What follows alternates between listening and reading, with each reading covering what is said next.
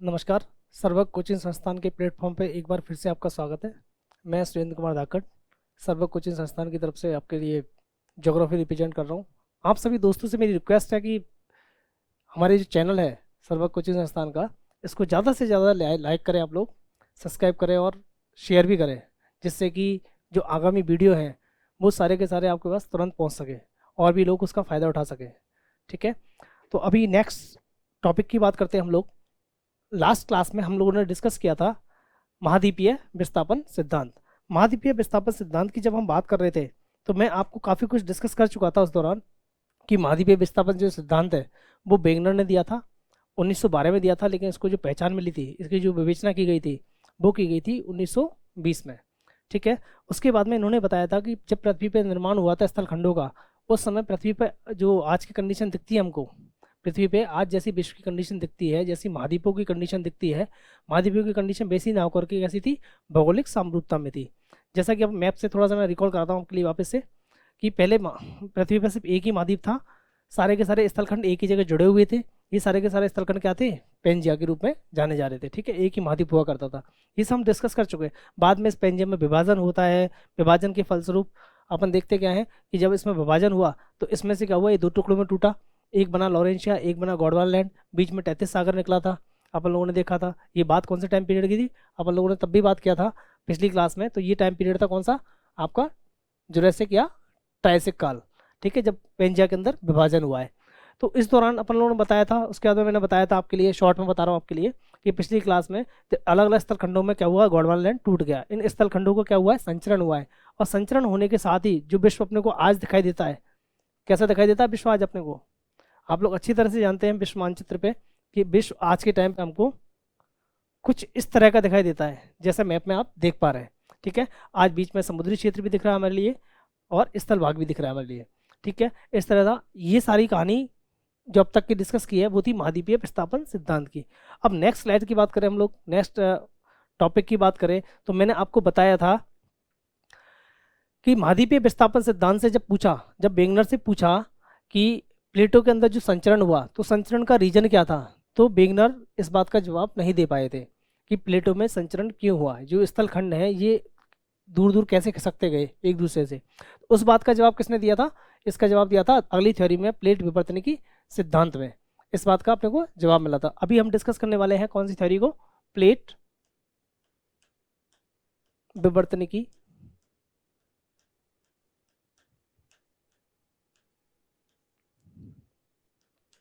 Plate विवर्तनिकी सिद्धांत। हम इसकी बात करने वाले हैं, प्लेट विवर्तनिकी सिद्धांत की बात करने वाले हैं। और इस सिद्धांत के तहत अपन लोग बात करेंगे। मैंने ये भी कहा था आपके लिए पिछली क्लास में कि ये जो थ्योरी है ये कोई अलग सी थ्योरी नहीं है, एक तरह से जो महाद्वीपीय विस्थापन सिद्धांत है उसी का क्या है, विस्तार है, उसी का आगे का है। जिन बातों का जवाब वेगनर नहीं दे पाया था उन्हीं बातों का जवाब लेके आती है ये थ्योरी। तो इस थ्योरी को सबसे पहले फैक्चुअल नॉलेज की बात कर लेते हैं अपन लोग। तो इस थ्योरी को दिया था 1962 में। ये थ्योरी आई थी 1962 में और इसका प्रतिपादन किया था हैरी हेस ने। हैरी हेस, इन्होंने क्या था, इस थ्योरी का प्रतिपादन किया था हैरी हेस ने। लेकिन इसकी जो वैज्ञानिक व्याख्या है, इस थ्योरी की जो वैज्ञानिक व्याख्या कौन कर रहा है इसकी वैज्ञानिक व्याख्या कर रहे हैं मॉर्गन ने इसकी क्या किया, वैज्ञानिक व्याख्या किया। और इसके जो समर्थक है, इस थ्योरी के समर्थकों के नाम भी पूछे जाते हैं। समर्थक में है मैकेंजी, होम्स,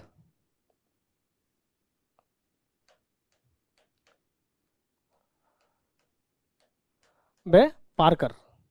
ये तीन साइंटिस्ट और जुड़ जाते हैं इसके साथ में, इस थ्योरी के साथ में, जो इसके समर्थक है। बिल्कुल स्पष्ट है, ये थ्योरी दी थी हैरी हेस ने, वैज्ञानिक विवेचना करेंगे मॉर्गन, और इसके जो समर्थक है वो मैकेंजी, होम्स और पार्कर है। ठीक है, अब इस थ्योरी की बात करते हैं अपन लोग। ये एक बेसिक सी बात हो गई। अब इसकी थ्योरी की बात करते हैं अपन लोग। थ्योरी में हैरी हेस साहब कहते क्या है, महाद्वीपीय विस्थापन सिद्धांत वेगनर ने कहा था, लेकिन अब उसी का विस्तार रूप में जो प्लेट विवर्तनिकी सिद्धांत है उसमें हैरी हेस बताते हैं। हैरी हेस कहते हैं कि जिस समय पृथ्वी का निर्माण हुआ था, जिस समय पृथ्वी पर स्थल खंडों का निर्माण हुआ था, उस समय पृथ्वी पे अनेक छोटी बड़ी क्या थे, स्थलखंड थे। मतलब इसने एक छोटी सी बात बोली कि पृथ्वी का जब निर्माण हुआ स्थलखंडों का, तो पृथ्वी पे क्या थी, छोटी बड़ी प्लेटें। और ये बात की पुष्टि कौन कर रहा था अपने को, वेगनर भी कर रहे थे। लास्ट स्लाइड को देखें अपन लोग अपनी को, लास्ट स्लाइड में वेगनर ने जो बताया था,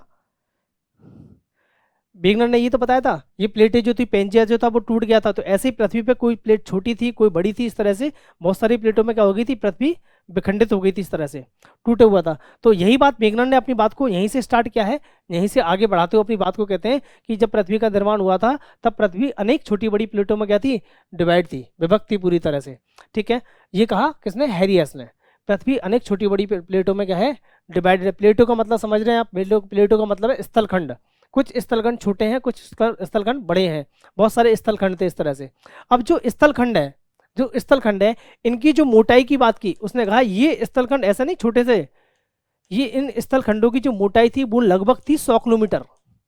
इन स्थलखंडों की मोटाई थी 100 किलोमीटर। और हैरी गैस अपने आगे की बात को बढ़ाते हुए कहते हैं कि जो 100 किलोमीटर मोटाई वाले ये स्थलखंड है जो पृथ्वी पे छोटे बड़े बने हुए हैं, तो ये कहता है, एक कोटेशन बोलता है, वही कोटेशन मैं बोल रहा हूं आपके सामने कि एस्थेनोस्फीयर, सॉरी लिथोस्फीयर, ये बोलते हैं कि लिथोस्फीयर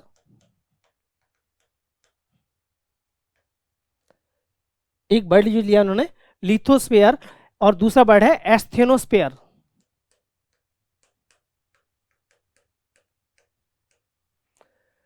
हैरियस ने कहा कि पृथ्वी अनेक छोटी बड़ी प्लेटों में विभक्त है, जिसमें लिथोस्फीयर एस्थेनोस्फीयर के ऊपर फ्लोट कर रही है, तैर रही है। उसने कहा था कि जो लिथोस्फीयर है वो एस्थेनोस्फीयर के ऊपर फ्लोट कर रही है। क्या है लिथोस्फीयर, लिथोस्फीयर कुछ और नहीं है, इसका मतलब है ये है स्थलखंड।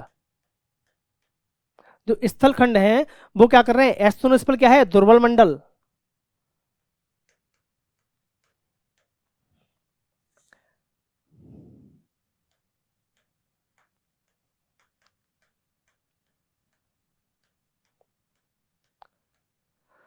मतलब लिथोस्फीयर है स्थल मंडल, और जो एस्थेनोस्फीयर है वो है दुर्बल मंडल। तो ये कह रहा है, इसने हैरियस ने बोला कि जो स्थल खंड है या स्थल मंडल है वो दुर्बल मंडल के ऊपर क्या कर रहा है, फ्लोट कर रहा है। और पिछली क्लास में मैंने आपको बताया भी था कि हमारी जो मध्य वाला भाग है, हमारी पृथ्वी के स्थल खंडों का जो मध्य वाला भाग है, तो मध्य वाले भाग पे कौन सा मिलता है अपने लिए, सीमा।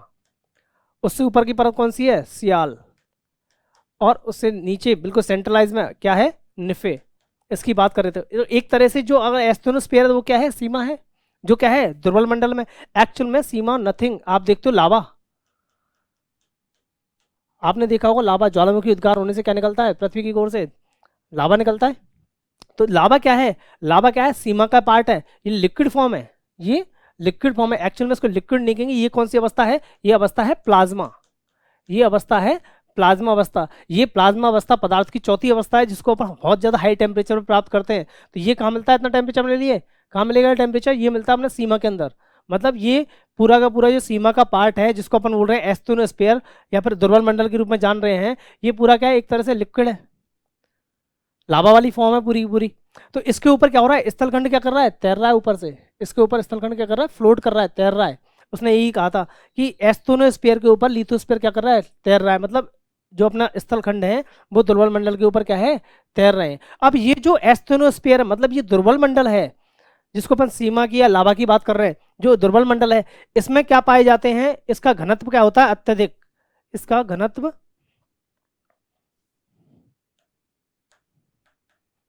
घनत्व ज्यादा होता है, किससे, एस्थेनोस्फीयर से। एस्थेनोस्फीयर का जो घनत्व है या दुर्बल मंडल का जो घनत्व है वो ज्यादा होता है किससे, लिथोस्फीयर से। समझ पा रहे होंगे बात को। तो ये जो लिथोस्फीयर है, जो लिथोस्फीयर है वो किसके ऊपर तैर रहा था, फ्लोट कर रहा था, एस्थेनोस्फीयर के। अब इस एस्थेनोस्फीयर के अंदर रेडियो सक्रिय तत्व पाए जाते हैं, रेडियो सक्रिय तत्व। इस जो एस्थेनोस्फीयर है इसके अंदर किसकी उपस्थिति है, रेडियो सक्रिय तत्वों की उपस्थिति है। बात समझो यहां तक। उसने क्या बोला है, हैरियस ने बोला था कि जब पृथ्वी पे स्थलखंडों का निर्माण हो रहा था उस समय पृथ्वी के ऊपर सारे स्थलखंड छोटी बड़ी प्लेटों के रूप में थे, मतलब सारे जो जितने भी स्थलखंड थे, कोई छोटा था तो कोई कैसा था, बड़ा था, ठीक है।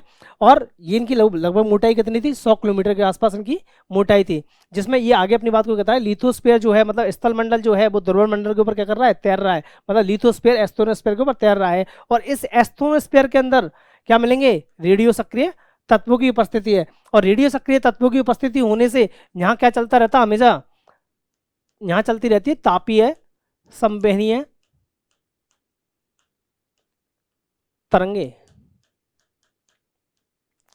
बात समझ पा रहे होंगे कि एस्ट्रोनोस्फीयर ध्रुव मंडल है, ध्रुव मंडल सीमा वाला पार्ट है। सीमा क्या है, बहुत हाई टेम्परेचर चाहिए। हाई टेम्परेचर क्यों है इसके अंदर, सीमा के अंदर, उसका रीजन रेडियो सक्रिय जो तत्व है उनकी उपस्थिति, उसके कारण से क्या हो चलती है इसके अंदर, तापीय संवहनी तरंगे। समझते हो तापीय संवहनी तरंगे होती क्या है, द्रव के अंदर जो ताप का संवहन होता है, सो संचरण होता है, वो संवहन के द्वारा होता है।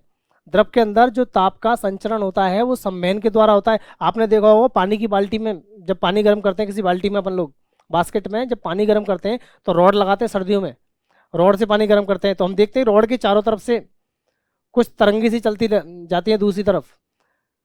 तो क्या हो रहा है, ताप में लिक्विड फॉर्म है पानी हमारा, तो पानी से क्या हो रहा है, ताप से क्या चल रही है, ताप का क्या हो रहा है, संचरण हो रहा है पानी के अंदर। इसी कारण से क्या होता है, उसका जो अपना संपूर्ण पानी होता है बाल्टी का पूरा गर्म हो जाता है।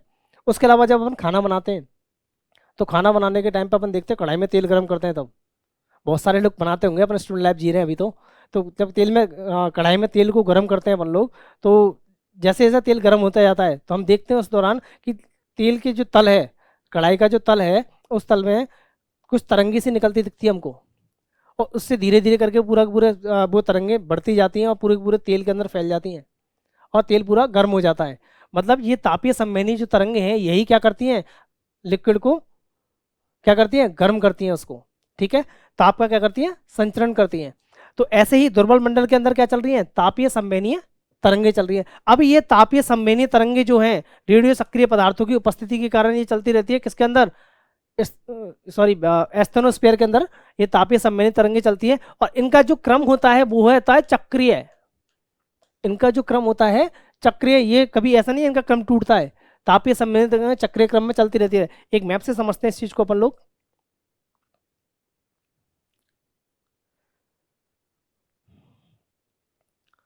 जैसे ये मैप लेते हैं अपन लोग, इस मैप के अंदर देखें अपन लोग, तो जैसे ये पूरा विश्व है, विश्व के अंदर यहाँ नीचे मान के चलते इस प्लेट के नीचे क्या है, इस प्लेट को के नीचे क्या है, सियाल की सीमा है, जिसके अंतर्गत क्या है, लावा है। लावा के अंदर क्या है, रेडियो सक्रिय पदार्थ है। रेडियो सक्रिय पदार्थ होने से उसके अंदर क्या चल रही है, तापीय संवहनी तरंगे चल रही हैं, उनका चक्रीय क्रम चल रहा है। तो ये जो तापीय संवहनी तरंग है कभी तो इधर की तरफ गई, जहां भी उसको टेम्परेचर कम दिखेगा उस तरफ मूव कर जाएंगे। हो सकता है यहाँ टेम्परेचर कम है तो ये तापीय संवहनी इधर मूव कर जाएंगी, इधर कम दिखा यहाँ से यहाँ पहुंच जाएंगी। इस तरह से कभी भी सीमा के अंदर कभी भी टेम्परेचर डाउन नहीं जाएगा इन तापीय संवहनीय तरंगों की वजह से। मेरी बात समझ पा रहे होंगे शायद अच्छी तरह से कि ये चक्रीय क्रम लगातार प्लेट के नीचे से, इस प्लेट के नीचे से लगातार क्या रहेगा, चलता रहेगा ये क्रम।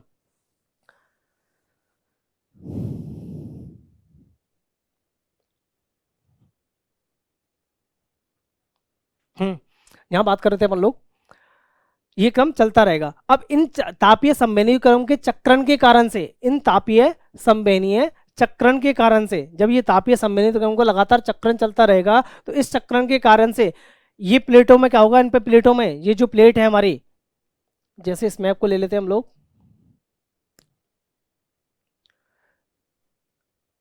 ये जो प्लेट है, जैसे कि ये प्लेट है, इसके अंदर मान के चलिए इसके नीचे से कोई तापीय संवहनी तरंग इस तरफ निकल रही है, तो ये चक्रीय क्रम में तरंगें निकल रही है, तापीय संवहनी तरंग इसके नीचे से निकल, तो इस स्थल खंड को अपनी ओर भाग के लेके जाएगी। हो सकता है यहाँ से इस प्लेट के अंदर से नीचे से कोई तापीय संवहनी तरंग चली और वो इस डायरेक्शन में चली, तो वो उस प्लेट को भी उस डायरेक्शन में क्या करेगी, फोर्स करेगी मूवमेंट कराने का। तो जो तापीय संवहनीय तरंगे हैं वही क्या है, प्लेटों के अंदर जो संचरण हो रहा है, ये प्लेटें जो एक दूसरे से दूर जा रही हैं या एक दूसरे से पास आ रही है, दूर जा रही है या पास आ रही है, वो सब किसकी वजह से पॉसिबल हो पा रहा है, तापीय संवहनी तरंगों के चक्रीय क्रम की वजह से ऐसा पॉसिबल हो पा रहा है। तभी तो वेगनर इस बात का जवाब नहीं दे पाए थे, वो बता नहीं पाए थे कि नीचे क्या है। वेगनर ये तो कह रहे थे प्लेट ही टूट गई, लेकिन उनको ये नहीं पता था कि ये प्लेट टूट करके संचरित कैसे हुई। उन्होंने ये तो कह दिया था संचरण हो गया इनका, लेकिन अब वेगनर जो बात का जवाब नहीं दे पाए थे, हैरियस ने दे दिया। उसने बताया कि तापीय संवेदनीय तरंगों का जो चक्रीय क्रम है उसी की वजह से इन प्लेटों में क्या हुआ, अलग अलग डायरेक्शन में क्या हुआ है, संचरण हुआ है। ठीक है, इस बात की पुष्टि की जो हैरी हेस ने कहा था कि हैरी हेस ने बोला था कि छोटी बड़ी प्लेटों में विभक्त है, पृथ्वी क्या थी, छोटी बड़ी प्लेटों में विभक्त है। इस बात की पुष्टि कौन करता है, नासा भी करता है। नासा भी अपना रिसर्च के अंदर पाता है कि इस तरह की लगभग पृथ्वी पे कितनी प्लेटें हैं, 100। इस तरह की पृथ्वी पर लगभग कितनी प्लेटें हैं, 100 प्लेटें हैं, जिनमें से अभी तक 6 तो बड़ी प्लेट हैं जिनकी पहचान की जा चुकी है, और उसके अलावा 20 प्लेटें कैसी हैं, छोटी प्लेटें जिनकी पहचान की जा चुकी है। अन्य जो प्लेटें हैं 100 के आसपास सम्माना बताइए इन्होंने कि 100 प्लेटें हैं ऐसी जिनकी पहचान की गई है, लेकिन उनमें से 6 को पूर्णतः जो बड़ी प्लेटें हैं उनको पहचान लिया गया है, उसके अलावा 20 छोटी प्लेटें जिनको पहचान लिया गया है। अगर बात करें बड़ी और छोटी प्लेटों की बात करें कि कौन कौन सी है, तो इस मैप से ज़्यादा क्लियर हो जाएगा अपने को। बड़ी प्लेटों की बात करें तो एक है अमेरिकी प्लेट, दूसरी आपकी अफ्रीकी प्लेट, तीसरी है यूरेशियन प्लेट, चौथी है प्रशांत प्लेट, पांचवी है इंडो ऑस्ट्रेलियन प्लेट, और छठी है आपकी अंटार्कटिक प्लेट। ये आर्कटिक लिखा हुआ है थोड़ा सा मैप मूवमेंट में, इसलिए ये नीचे है अंटार्कटिक प्लेट। इस तरह से 6 तो क्या है, बड़ी प्लेट है। उसके अलावा भी प्लेटों की बात करें, छोटी प्लेटों की बात करें, तो छोटी प्लेटों की जब हम बात करते हैं तो छोटी प्लेटों में अरेबियन प्लेट, भारतीय प्लेट, फिलीपाइंस प्लेट, ये सारी प्लेटें। उसके अलावा भी प्लेटें हैं जैसे कैरिबियन प्लेट है, काकोस प्लेट है, यहाँ से नाजका प्लेट है। ठीक है, एक है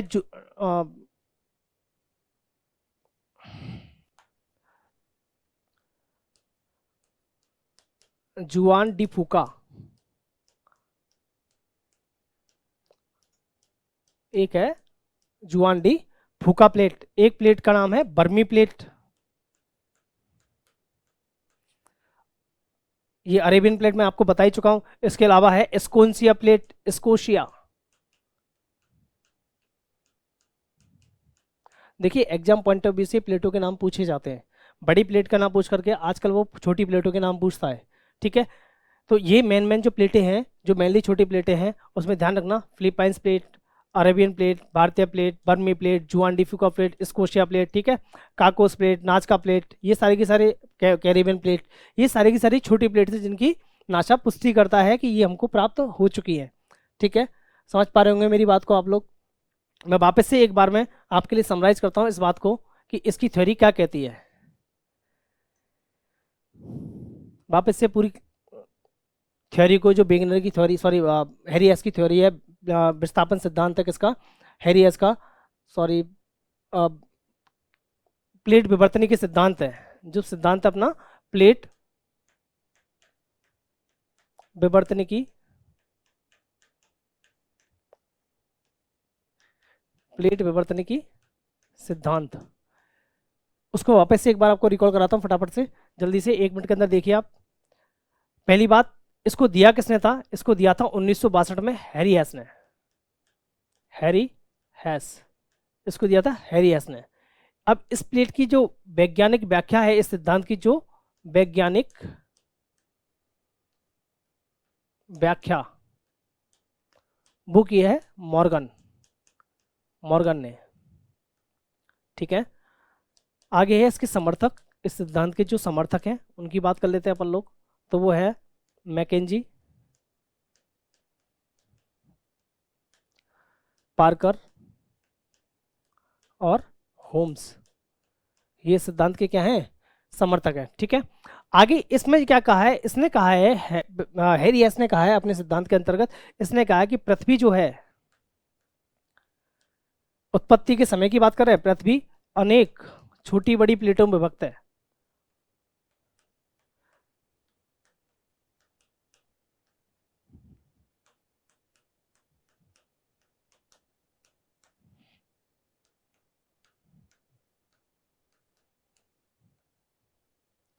अनेक छोटी बड़ी प्लेटों में विभक्ति, ये सिंपल सी बात बोली थी इसने।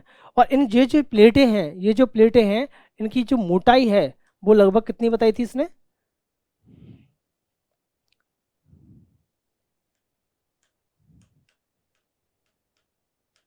मोटाई बताई थी उन्होंने 100 किलोमीटर।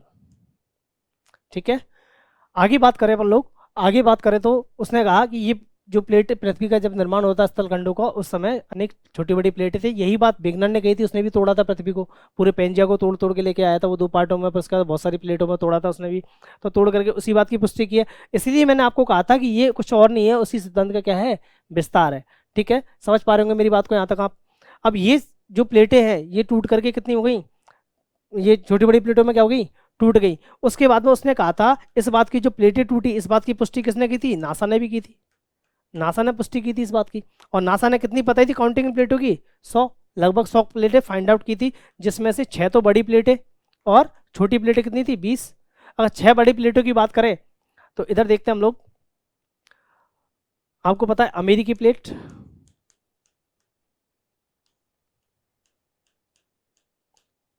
पहली थी, दूसरी प्रशांत प्लेट,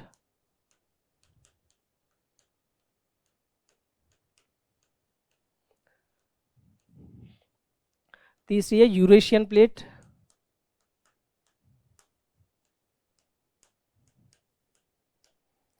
चौथी है आपकी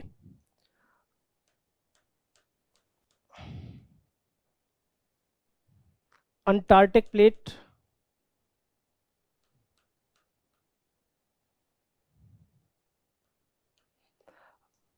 चौथी है अंटार्कटिक प्लेट, पांचवी है आपकी इंडो ऑस्ट्रेलियन प्लेट,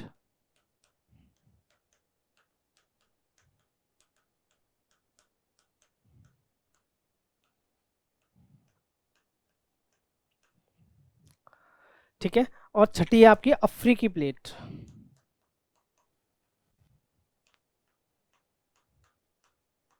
ये सारी जो प्लेटें हैं ये क्या थी, बड़ी प्लेटें, जिनकी बात किसने की थी, पुष्टि किसने की थी, नासा ने जिनकी पहचान की थी। ऐसे ही छोटी प्लेटों की अगर बात करें अपन लोग, छोटी प्लेटों की बात करें तो आपको पता होगा एक प्लेट है नाजका, नाजका प्लेट, एक है आपकी काकोस प्लेट,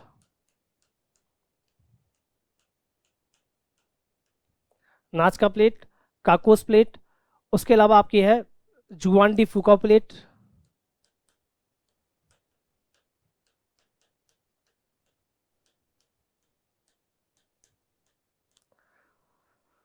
स्कोशिया प्लेट,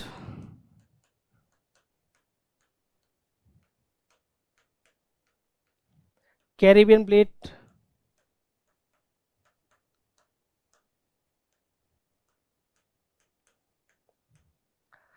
उसके अलावा बर्मी प्लेट,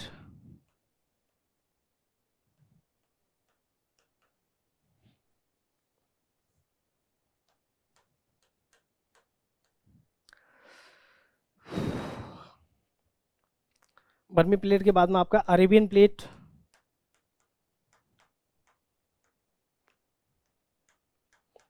ठीक है। इस तरह से बहुत सारी प्लेटों में क्या थी, छोटी और बड़ी प्लेटों में पृथ्वी क्या थी, पूरी विभक्ति। ठीक है, आगे इसने अपनी बात को बताया, बेगनर जिस बात का जवाब नहीं दे पाया था उसकी बात करते हुए इसने कहा था कि, इसने एक कोटेशन जारी की थी, इसने कहा था कि लिथो जो स्पेयर है, लिथोस्फेयर, लिथोस्फेयर फ्लोट कर रहा है, मतलब तैर रहा है किसके ऊपर, एस्थेनोस्फेयर के ऊपर।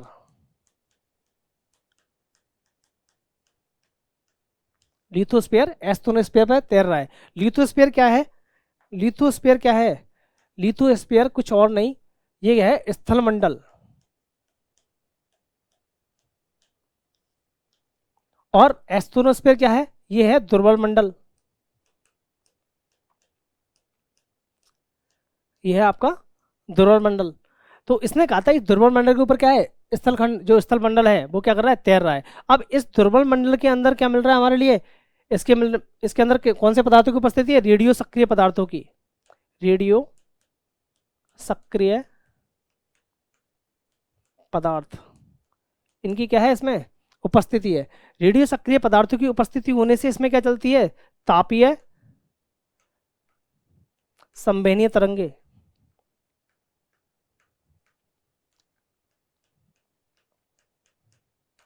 तापीय संवहनीय तरंगे चलती है किसके अंदर, रेडियो सक्रिय पदार्थों की उपस्थिति होने के कारण से ध्रुव मंडल के अंदर तापीय संवहनीय तरंगे चलती है। और इनका तापीय संवहनीय तरंगों को क्या चलता है, चक्रीय क्रम,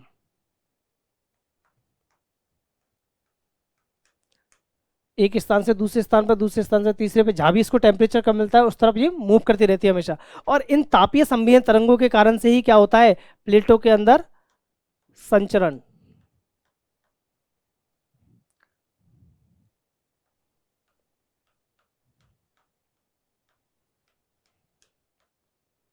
प्लेटों का क्या हो जाता है, संचरण हो जाता है। तो वही बात आ गई, वेगनर जिस बात का जवाब नहीं दे पा रहा था, संचरण होने से क्या हुआ, अलग अलग प्लेटें अलग अलग दिशा में, जिस तरफ जो तापीय संवहन तरंग चली उसी दिशा में उस प्लेट को क्या हुआ, उसने संचरित कर दिया, उस प्लेट को उसी दिशा में क्या किया, संचरित कर दिया।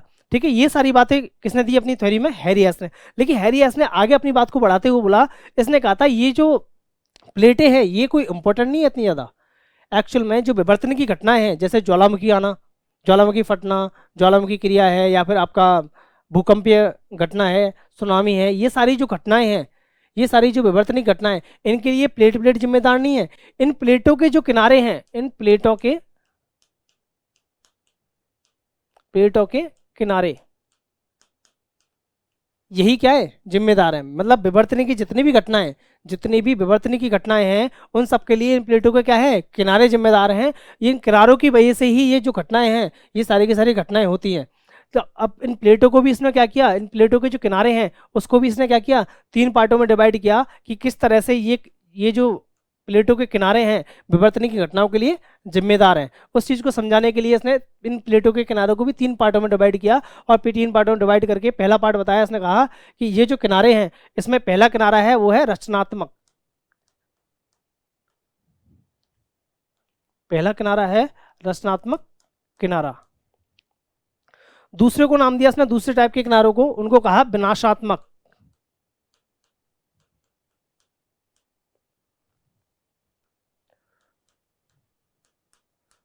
दूसरे जो किनारे हैं उसको कहा इसने विनाशात्मक किनारा। और तीसरे टाइप के जो किनारे हैं उनको कहा इसने संरक्षी किनारा।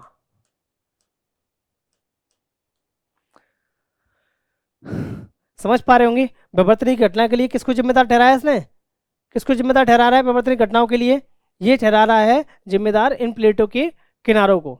जैसे ये जो प्लेट है, इन प्लेटों के जो किनारे हैं, ये वाले जो किनारे हैं, कोस्टल एरिया है पूरा पूरा, जो समुद्र क्षेत्र के साथ में कोस्टल एरिया बना हुआ है, ये किनारे ही क्या है, विवर्तनिक की घटनाओं के लिए क्या है, जिम्मेदार है। ये जो किनारे हैं, ये जो किनारे हैं, कोस्टल एरिया है, जो स्थल खंडों के जो किनारे हैं जहाँ से जुड़े हुए हैं, ये दिख रहा है आपको, सारा जो बर्ड जुड़ा हुआ बीच में समुद्री क्षेत्र है, उसके साथ में जो किनारे बने हुए हैं, यही सारे जो विवर्तनिक घटनाएं उनके लिए क्या है, जिम्मेदार है। ऐसा कहा किसने, हैरी हेस ने। अब आगे कहता है इन किनारों को क्या करता है, 3 पार्टों में डिवाइड करता है, रचनात्मक किनारा, विनाशात्मक किनारा, संरक्षी किनारा। अब ये कहता है रचनात्मक किनारा मतलब क्या है, इसने कहा कि जब किसी प्लेट का, ये कह रहा है कि जब कोई प्लेट, जैसे मान के चलते हैं ये पूरी पृथ्वी है, और इस पृथ्वी पे ये मान के चलते हैं एक प्लेट है, ठीक है, और इससे भी एक जुड़ी हुई एक और प्लेट है, सी जुड़ी हुई है, ये भी प्लेट जुड़ी हुई है। तो ये कहता है जब तापीय संवहनीय, इसके नीचे क्या चल रही है, यहाँ क्या चल रही है, तापीय संवहनीय तरंगे चल रही हैं इसके नीचे, यहाँ क्या चल रही है, तापीय संवहनीय तरंगे चल रही हैं। तो ये तापीय संवहनीय जो तरंगे हैं, तापीय संवहनीय जो तरंगे हैं, उनका क्या चल रहा है, नीचे चक्रीय क्रम चल रहा है लगातार। ये पूरा क्या है, स्थलखंड है। यहाँ क्या चल रहा है, तापीय संवहनीय तरंग चल रही है, और इसका क्या है, ये तापीय संवहनीय चक्रों को, तापीय संवहनीय तरंगों का चक्रीय क्रम है। यदि किसी तापीय संवहनीय जो तरंग है उसका स्पंदन, उसका स्तंभन, मतलब ये तापीय संवहनीय तरंग लिक्विड की अवस्था में नीचे की ध्रुवल मंडल से चल रही हैं, और यहाँ से कोई तापीय संवहनीय तरंग जब ऊपर की तरफ आती है, कोई तापीय संवहनीय तरंग जब ऊपर की तरफ आती है, मतलब उसका स्पंदन कैसा होगा, ऊपर मुखी। उसका स्पंदन कैसा है, तापीय संवहनीय तरंग का ऊपरी मुखी, ऊपरी मुखी स्पंदन होगा। तो ये क्या करेगी, इस प्लेट पे फोर्स लगाएगी, यहाँ फोर्स लगाएगी, तो ये दोनों प्लेटें क्या होंगी, एक दूसरे से दूर जाएंगी, सॉरी एक दूसरे से क्या जाएंगी, दूर जाएंगी। यहाँ पे मैं वापस ड्रॉ कर देता हूँ एक बार।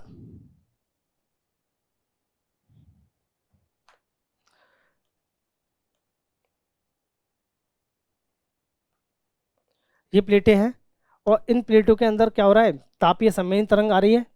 ये तापीय संवहनीय तरंग ऊपर की तरफ आ रही है, ऊपर की तरफ मतलब तापीय संवेदन तरंग का क्या हो रहा है, ऊपरी मुखी स्पंदन हो रहा है, और ऊपरी मुखी स्पंदन होने से ऊपर की तरफ क्या करेगी, ये फोर्स लगाएगी, और फोर्स लगाने के साथ में ये क्या होगा, दोनों प्लेटें एक दूसरे से दूर हटेंगी, ये दोनों प्लेटें एक दूसरे से दूर हटेंगी, और बाद में दोनों के दूर फोर्स लगाने से बीच में क्या आएगा, गैप आ जाएगा, और गैप आने से जो नीचे का लावा है, जो नीचे का क्या है, लावा है, जो ध्रुव मंडल के अंदर एस्तोनोस्फीयर, बात कर रहे हैं एस्तोनोस्फीयर, एस्तोनोस्फीयर का जो लावा है वो कहाँ आएगा, ऊपर की तरफ दोनों प्लेटों के दूर हटने से यहाँ दरार बनेगी, दरार के साथ में स्पंदन वो तापीय संवेदन तरंग के साथ में लावा क्या हो जाएगा, ऊपर आएगा, और ऊपर आकर के यहाँ फैल जाएगा सरफेस पे आकर के, और एक नभ भूपर्टी का क्या कर देगा, निर्माण कर देगा, क्या करेगा, एक नभ भूपर्टी का निर्माण कर देगा। बात समझ में आ रही होगी आपकी।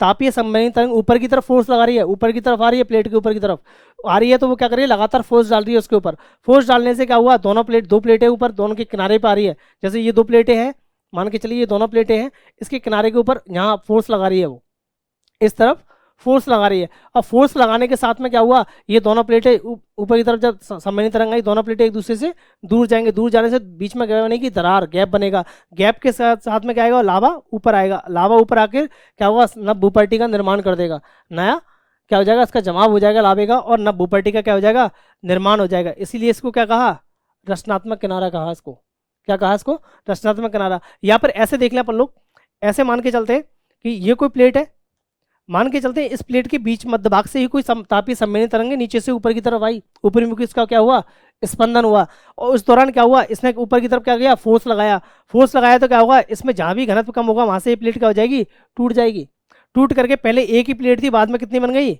दो प्लेटें बन गई, तो एक प्लेट से कितनी बना दी, दो प्लेट बना दी इसने, तो अभी क्या हुआ, नई सरफेस का क्या हुआ, निर्माण हो गया, यहाँ पे नभ भूपर्टी का क्या हो गया, निर्माण हो गया। इसलिए इस तरह के तापीय संवेदन तरंग के ऊपरी स्पंदन से जो किनारे बनते हैं उनको क्या कहा, रचनात्मक किनारा।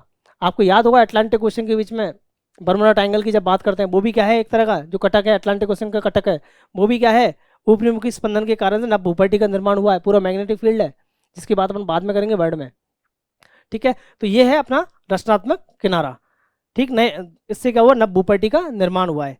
अगली बात करें अपन लोग, कौन से किनारे की बात करें अपन लोग, विनाशात्मक जब किनारे की बात करें, दूसरा किनारे का टाइप बताया था उन्होंने, विनाशात्मक, और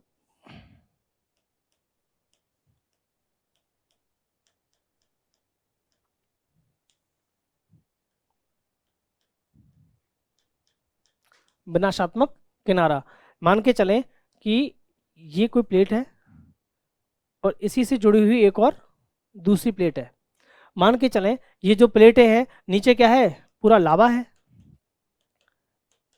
नीचे क्या है, लावे की स्थिति है पूरी, और यहाँ कोई तापीय संवेदन तरंग है जिसका स्पंदन कैसे हो रहा है, अधोमुखी, स्पंदन कैसा है उसका, अधोमुखी, तापीय संवेदन तरंग है उसका स्पंदन कैसा हो रहा है, अधोमुखी हो रहा है, ऊपर से नीचे की तरफ हो रहा है। तो ये दोनों जो प्लेटें हैं ये एक दूसरे के क्या आएंगी, पास आएंगी, ये दोनों प्लेटें एक दूसरे से क्या आएंगी, पास आएंगी, और एक दूसरे के पास आने से क्या होगा, ये दोनों प्लेटें आपस में क्या होंगी, टकराएंगी। या फिर ऐसा करके देख लेते हैं अपन लोग, हो सकता है ये प्लेट एक इस तरह से हो, यहाँ एक और प्लेट हो, इस तरह से कोई भी प्लेट हो, और यहाँ से कोई तापीय संवेदन तरंग है वो क्या कर रही है, नीचे की तरफ आ रही है, नीचे की तरफ आ रही है तो क्या करेगी, ये प्लेट इसके पास आएगी और ये प्लेट इसके पास आएगी, दोनों प्लेटें एक दूसरे के पास आएंगी, पास आने से दोनों प्लेटें आपस में टकराएंगी, टकराने के साथ में जो ज्यादा घनत्व की, ध्यान देना इस बात पे, जो ज्यादा घनत्व की प्लेट है, जो अधिक घनत्व की प्लेट है, जिसका क्या है, वेट ज्यादा है, घनत्व ज्यादा है, वो प्लेट क्या होगी, कम घनत्व की प्लेट के नीचे चली जाएगी। मान के चलते हैं ये ज्यादा घनत्व की प्लेट है और ये है कम घनत्व की,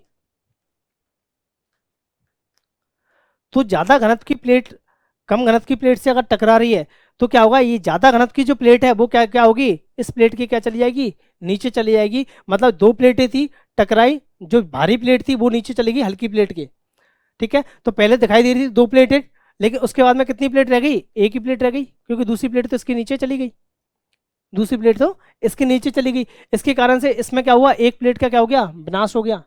इसलिए इस किनारे को क्या बोल दिया, इस तरह के किनारों को विनाशात्मक किनारा बोल दिया, ठीक है। आपको याद होगा जब आप बर्ड मैप को देखते हैं तो बर्ड मैप के अंतर्गत आपने ध्यान दिया होगा,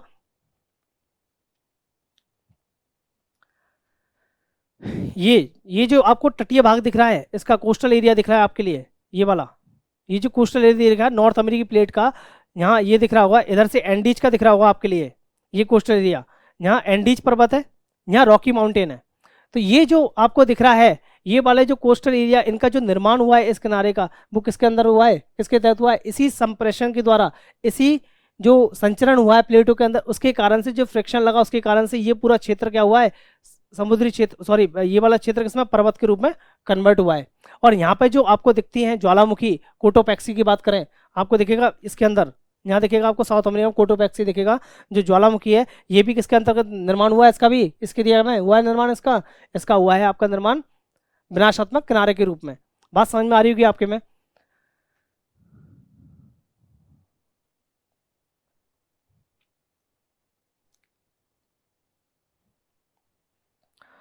ठीक है, आगे चलते हम लोग।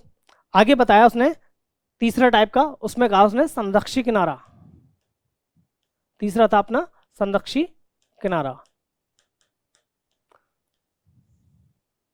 संरक्षी किनारे का मतलब क्या है, इसमें क्या हुआ, तापीय जो संवेदी तरंग है उसका जो स्पंदन हो रहा है, उसका जो संचरण हो रहा है, वो क्या हो रहा है, इन दोनों प्लेटों के समानांतर हो रहा है। इस कैसा हो रहा है, समानांतर, तापीय संवेदी तरंगों के क्या हो रहा है, समानांतर क्या हो रहा है, इसका संचरण हो रहा है। इसलिए ये प्लेट भी इस तापीय संवेदी की तरंग की दिशा में ही मूवमेंट करेगी, और ये प्लेट भी इसी दिशा में मूवमेंट करेगी, और इनकी मूवमेंट के कारण से ना तो ये टकराएंगी एक दूसरे से, ना ही एक दूसरे से दूर जाएंगे, ये लगातार पैरेलली बहती रहेंगी, ना ही एक दूसरे को कोई भी क्रिया करेंगी। मतलब ये रूपांतरित पर्वतों का निर्माण करेंगी।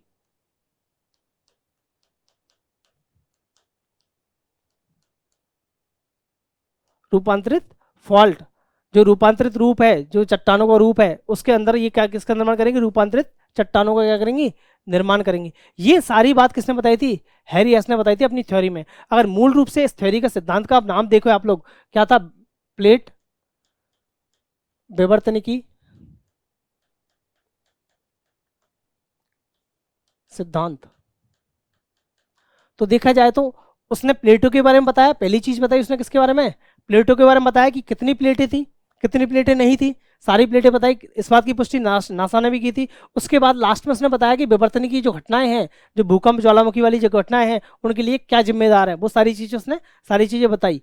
अब इन सब चीजों से हमको एक आधार मिल गया, हमको आधार मिला, हम लोगों ने कुछ कंक्लूजन्स भी निकाले। जैसे कि हम भारतीय संदर्भ में देखें, जैसे कि हम भारतीय संदर्भ में देखें तो दोनों सिद्धांतों को कंबाइंड करें एक साथ में हम लोग, महाद्वीपीय विस्थापन सिद्धांत को और प्लेट विवर्तन के सिद्धांत को, दोनों को कंबाइंड करें हम लोग, तो एक बात निकल के आती है क्या, कि अफ्रीकी जो प्लेट है, अफ्रीकी जो प्लेट है, उसी अफ्रीकी प्लेट से एक भाग टूटा था, उसी अफ्रीकी प्लेट से एक भाग टूटा था, और टूट करके ये उत्तर पूर्व की ओर संचरित हुआ। अफ्रीकी प्लेट से एक भाग टूटा और टूट करके ये उत्तर पूर्व की ओर क्या हुआ है, संचरित हुआ है, उत्तर पूर्व की ओर संचरित हुआ है। और उत्तर पूर्व की ओर संचरित होने से यही जो जो पार्ट है, ये वाला जो पार्ट है जो अफ्रीकी प्लेट से टूटा है, ये क्या है, प्रायद्वीपीय भारत, प्रायद्वीपीय भारत, ये पूरा पार्ट क्या है, प्रायद्वीपीय भारत ही तो है, जो अफ्रीकी प्लेट से टूट करके अलग हुआ है। अब इसका संचरण कहाँ हुआ है, उत्तर पूर्व की ओर हुआ है, और उत्तर पूर्व में एक प्लेट और है, यहाँ याद आ रहा होगा आपको, तो यूरेशियन प्लेट, ये प्लेट है यूरेशियन, ये प्लेट कौन सी है, यूरेशियन प्लेट है। तो भारतीय प्रायद्वीपीय प्लेट के उत्तर की ओर संचरित होकर के यहाँ पे एक प्लेट है, और भारतीय प्रायद्वीपीय प्लेट इस तरह से ऊपर ऊपर की तरफ संचरित होकर आ रही है, और ये आपस में एक दूसरे से क्या हुई है, टकराई हैं, और टकराने के साथ में एक दूसरे प्रेशर डाला है, तो इसका जो किनारा, कोस्टल एरिया, इनके जो किनारे हैं, उसका क्या हुआ है, उत्थान होना स्टार्ट हुआ है। और वही उत्थान जो आज हमें पर्वत के रूप में दिखाई देता है इस जगह पे, जो अपन नेक्स्ट मैप में दिखाता हूँ आपके लिए।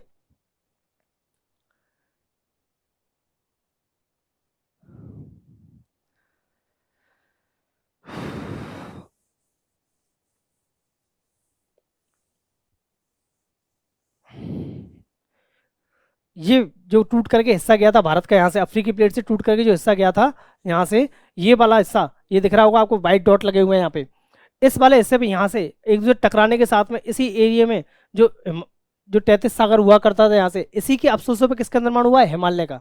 मतलब भारतीय प्रायद्वीपीय प्लेट, यूरेशियन प्लेट, ये यूरेशियन है, और ये है भारतीय प्रायद्वीपीय प्लेट, दोनों आपस में टकराई हैं। दोनों के टकराने से जो इनका कोस्टल एरिया किनारा है, उसका क्या हुआ, उत्थान हुआ, और आज भी लगातार आज भी लगातार इसका हिमालय का जो उत्थान है वो आज भी जारी है, दोनों प्लेट एक दूसरे पर प्रेशर डाल रही हैं आज भी। इसलिए जो आप देखते हो ना माउंट एवरेस्ट की ऊंचाई, आपको याद होगा माउंट एवरेस्ट की ऊंचाई कितनी है, 8,848, 8,848 मीटर हम लोग पढ़ते हैं, लेकिन अभी 0.86 मीटर और बढ़ चुकी है। मतलब 8,848.86 मीटर हो चुकी है। मतलब लगातार सतत रूप से एवरेस्ट की ऊंचाई बढ़ रही है, मतलब हिमालय की ऊंचाई बढ़ती जा रही है, सतत रूप से हिमालय की ऊंचाई बढ़ती जा रही है, क्योंकि ये प्लेटें क्या कर रही है अभी भी एक दूसरे पर प्रेशर डाल रही हैं। तो दूसरी बात निकल के क्या है अपने पास में कि हिमालय का निर्माण भी क्या हुआ है, कि में किसने भूमिका निभाई है, तापीय संवहनीय तरंगों ने भूमिका निभाई है प्लेट का संचरण करने में। बात समझ में आ रही होगी आपके में। और कंक्लूजन निकाले इस चीज का, तो इसमें यह भी बताया था कि जब स्थल खंडों का निर्माण हुआ था, जो अपने अगले टॉपिक में डिस्कस करने वाला हूं आपसे, कि भूगर्भिक संरचना की बात करने वाले हैं अपन लोग, तो उस समय जब प्लेटों का निर्माण हुआ था, पृथ्वी का निर्माण हो रहा था, तो उस समय अरावली का भी निर्माण हो चुका था। आपने पढ़ा होगा अरावली क्या है, प्राचीनतम बलित पर्वतमाला है। अरावली क्या है, प्राचीनतम बलित पर्वतमाला है।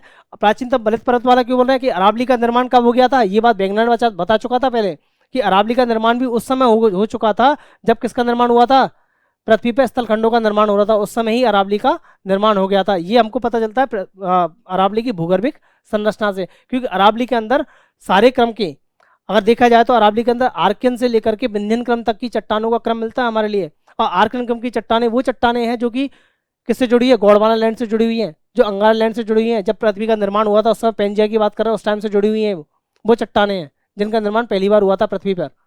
ठीक है, तो इसलिए अपन कह सकते हैं कि अफ्रीकी प्लेट से टूट के अलग हुई है प्रायद्वीपीय भारतीय प्लेट, और इसी गोंडवाना लैंड का हिस्सा क्या है, भारतीय प्रायद्वीपीय प्लेट है, और साथ में क्या है, अरावली भी है। ठीक है, बात समझ रहे होंगे मेरी को। तो ये दोनों सिद्धांत इनकी भूगर्भिक संरचना को आगे चल के समझने में हमारी हेल्प करते हैं, हमेशा हेल्प करते हैं। इन सब चीज़ों को अपने को, इस सिद्धांत को मेमोराइज रखना है। इसको अपने को वैसे सिलेबस का हिस्से नहीं है, लेकिन पढ़ाई में हमारी काम आएगा आगे, जब और टॉपिक को डिस्कस करने वाले हैं, तो उनकी जब उनका निर्माण क्रम से चीज़ें जुड़ेंगी तो ये टॉपिक्स बहुत हेल्प करता है अपनी।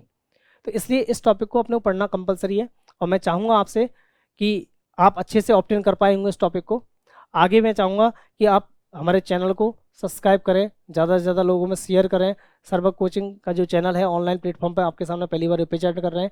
शायद हो सकता है कुछ कमी हो, लेकिन धीरे धीरे वो इम्प्रूव हो जाएंगी।